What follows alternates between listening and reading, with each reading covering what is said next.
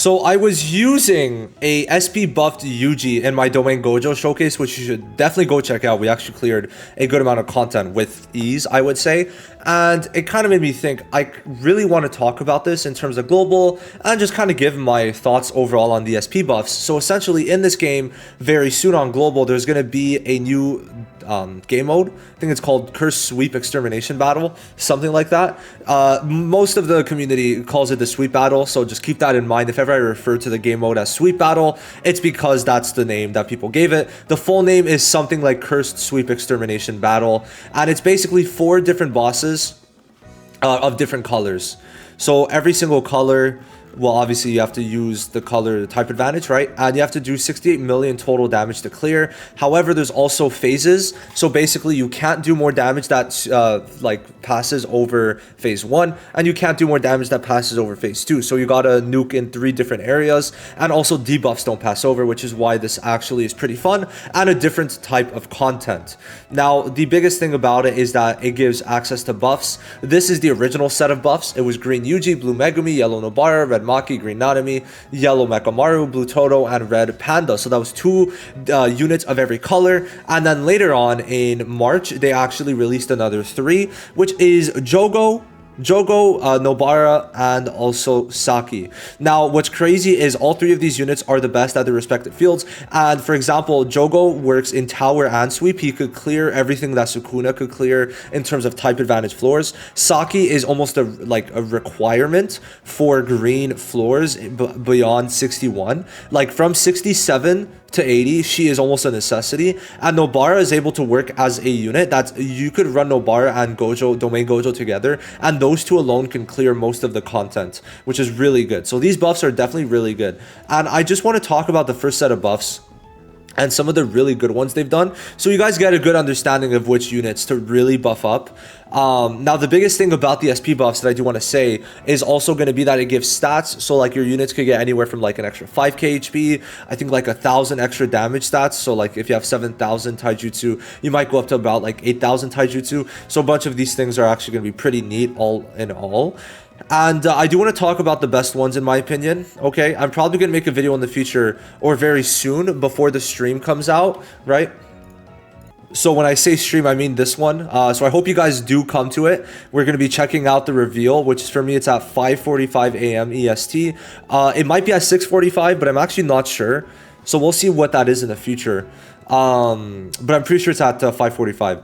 And with that, we're going to get more SP buffs. So it seems like on global, you're going to probably get some every 3 or so weeks, right? Which is going to be goated, right? You're going to get your first batch. Now, in terms of when, I would definitely say that the patch with Mechamaru, it should either come out with Mechamaru. That's going to be around like the 2nd week of June. Now, maybe it's also possible that they, like, I could definitely see them also releasing it early. So maybe with Sukuna for extra content, they release it. So anywhere from the next 2 to 4 weeks, you're going to be getting this new game mode. And it's definitely going to be taking a lot of time from you if you do plan on getting high, because it's definitely going to be more difficult at first as your units don't have the stats yet. So maybe the first week or 2, you're only going to be able to get 7 out of 10, which is like about 30 million damage instead of the full 10 out of 10. So keep that in mind. Now, in terms of the best buffs, I would say that red, it was kind of fails, right? It was fails. Like Panda, his here does now do an AoE taunt. Before it was only a single target taunt, now it's an AoE taunt. So it's like if you want to use Panda, it's going to be pretty decent. It's just not going to be like super duper good. But he can get, I'm pretty sure, yeah, more damage reduction. But it's like his buff's not the best, right? Not the best. Now for blue, however, for blue, I would definitely say that both of these were really good. So Megumi, why he's going to be a bit better now is I think the damage increased, right? The damage did in fact increase. So that is decent. I mean, it's not an insane amount. That is the thing. So it's not really an insane amount. I don't know if they specified it before or what it was before. But this is also there. I'm just not going to act as if it really matters. I think it's just a translation difference. But I'd say this is what changes.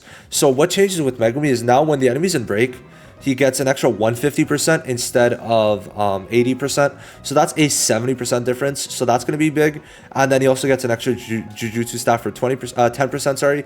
And then also, if he does kill an enemy, he gets 15% Jujutsu for 3 turns. But I'd say it's mainly the break damage increase. So overall, why he's going to be good is because already before his buff, he was pretty good. He could get his ult quick, right? He's good as a sub DPS. But now, as a sub DPS, if the main DPS does break the enemy, he's going to be able to do pretty good damage. And that's why, overall, he's pretty decent, right? But Toto got a better buff, I'd say. Because basically, what he does now is, well, if we check it out, I'm pretty sure he gets, yeah. So now he's getting 6 Takata-chan guidances, which is very good. And also he dodges with a 25% chance. And this dodge is pretty good because he already damage reduces and increases his HP, right? So that's going to be really, really good. And why those Takata-chan guidances are pretty good is because now with his passive buff, he's going to get 3 Takata-chan guidances, right? Instead of 2. So you're going to be able to get, like, literally in, like, 1 buff, you're getting 9, right? Which is pretty strong. And he's very easy to build up, right? Because he just needs to have the 4 counts of Takata-chan, and then he's going to have Taijutsu. So 60% Taijutsu, 60% crit damage. And then if we add it to the ult, that's going to be, what? That's going to be 120%, sorry, 160, including the buff, 160% Taijutsu, 60% damage increase, and then 60% crit damage, right? So all those things together on a 1300 ult, it's a little low, but still pretty decent. It's definitely going to be quite strong. Also, you could get a bigger damage increase of 20% here. So it's like all these things really work together to kind of make it to where I would definitely say that Toto nuking, if you do have like a full like good team, it's going to be good. Now the best one's Green Yuji. I don't want to talk about Nanami, but why Yuji's is so good is because now his skill 3 is a bit stronger, which is huge. And then also the 4th hit now has a 300% chance to Black Flash. Furthermore, it also gives him ult gauge rate. So that means he could use the skill 3 ult, and then the turn after, the skill 2 he uses the turn after is going to be insane. Because remember, skill 2 gives 240 ult gauge, and this is going to be very good. It's going to combo very and mesh very nicely with the skill 3. But then furthermore, why it's even crazier, not even just because the damage got increased because the Black Flash rate and also this, right? His passive now, where before it gave Black Flash rate and some Taijutsu stat, now it's a 100% Taijutsu stat and 50% Black Flash damage increase. So he gets 70% more Taijutsu, and then he also gets Black Flash damage, which is going to be huge because he will be Black Flashing as a guaranteed Black Flash that already has a 200% Black Flash damage increase, right? But now when he Black Flashes, he gets 10 cursed energy. So when he ults, he's actually guaranteed getting 10 cursed energy, right? So it's like, that's going to be very good to where he's never going to have cursed energy problems now. Like 5 to 10 cursed energy is an insane jump. And then these two are both goated, okay? Nobara for sweep if you need someone. Of course, she's going to be able to get some decent Jujutsu buffs, right? But then they did change her skill 3 to actually increase damage by what, 15%? Where is it? Is it on the ult? It's on the ult. So what basically they want you to do is like basically stack up, right? And then you're going to be able to use your ult, right? And then the ult is going to get a big damage increase because you're going to be using the nail counts, which I think you could get like 6 nail counts at once. Then it's going to go to 7, right? So cool. Sorry, it's going to go to 9. Yeah, you're going to get 9. You're going to get the full 12% damage increase if you want to. So how it would be is I think you would use the skill 2, skill 1, ult, right? And then with the ult, you're going to do pretty big damage now, right? So I think the damage increase got increased a pretty fucking decent bit. Also an extra 50% base, right? Which is huge. And then furthermore, now it also adds a 40% Jujutsu damage received increase. And that's going to be huge because then the skill 3 got buffed, right? So if you have lower HP, you're going to get up to a 150% damage increase, but the base is still higher.